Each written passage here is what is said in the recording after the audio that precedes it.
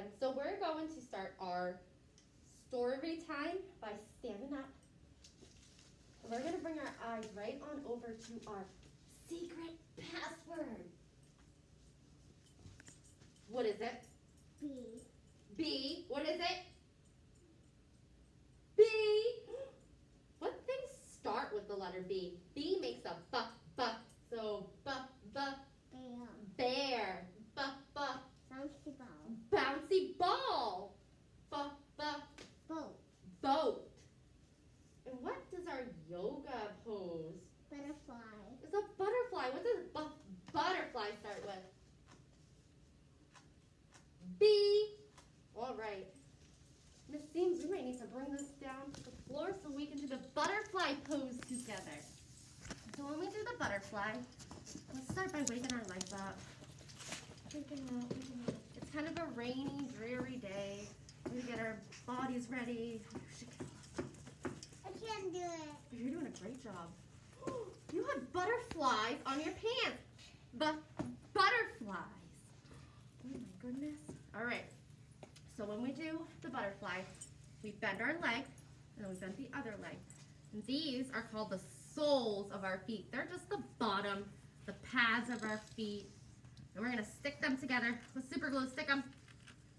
And look down. You should have a diamond right in between. So now let's hold our toes and we're going to flap our butterfly wings. Let's take some deep breaths. We'll do 3 deep breaths, but I want you to close your eyes and I want you to picture where you are flying. All right, so close your eyes. Big breath in. Blow it out. Look around you. Are you flying high in the sky? Are you flying low in the sky? I opened my eye. Oh my. Let's take another deep breath in and blow it out. What are some things that you smell around you as you're flying? Take a deep breath in. Password. Blow it out. We are doing our password. And let's take one more deep breath in. And blow it out. And this time stretch your fingers as far as they can go and put your head down to your toes. Blowing all that air out. Oh. I traveled somewhere warm. You might have traveled somewhere cold. Maybe you went home. Maybe you went far. Butterflies. I gone home. You flew home. Butterflies fly all over. Now, we are going to read our story. So I need you to just get in your ready to read positions, looking just like our friend Davy Dogood. Let me just grab him off the wall so we can show our friends Davy Dogood. This is how we know we're ready for circle or story time. We are sitting on our bottom, our eyes are on the teacher, our ears are listening, our hands are quiet and nice. And Davy stays right here on the wall so we can remember. So let's start our story.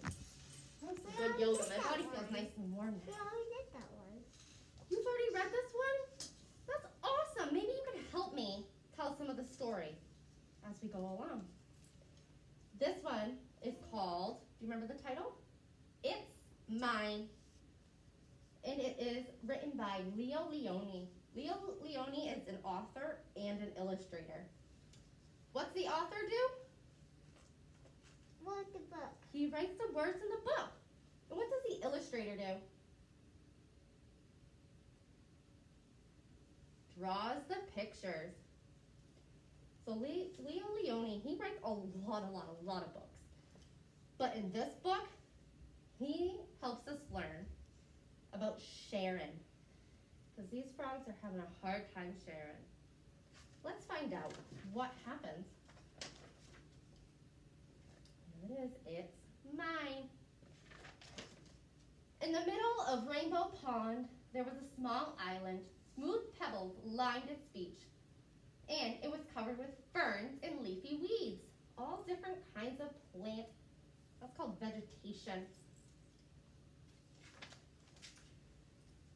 On the island lived 3 quarrelsome frogs. Frogs that didn't get along, and they enjoyed arguing.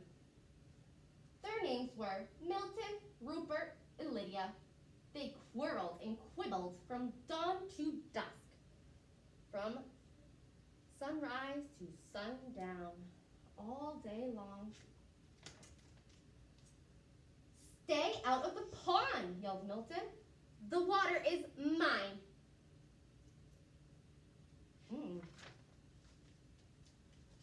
"Get off the island," shouted Rupert. "The earth is mine." I just have a cut right here. "The air is mine," shouted Lydia, and she leapt to catch a butterfly. And so it went. It's mine, it's mine. One day, a large toad appeared before them. "I live on the other side of the island," he said, "but I can hear you shouting, 'It's mine, it's mine, it's mine,' all day long. There is no peace because of your endless bickering. You can't go on like this." With that, the toad slowly turned away and hopped away through the weeds. But no sooner had he left than Milton ran off with a large worm. The others hopped after him. "Worms are for everybody," they cried. But Milton croaked defiantly. "Not this one. It's mine." Oh, the worm in his mouth. Ew. They're saying, "Wait, we're supposed to be sharing the worms." He said, "It's mine." So they're chasing after him. And suddenly, the sky darkened and a rumble from distant thunder circled the island. There was a storm coming closer. Rain filled the air and the water turned to mud. The island grew smaller and smaller as it swallowed up by the rising flood. The frogs were scared. They had scared looks on their faces. So the flood is coming. That means the water's coming up and the land is going under the water. Desperately, they clung to a few slippery stones that still rose above the wild, dark water. But soon, these too began to disappear.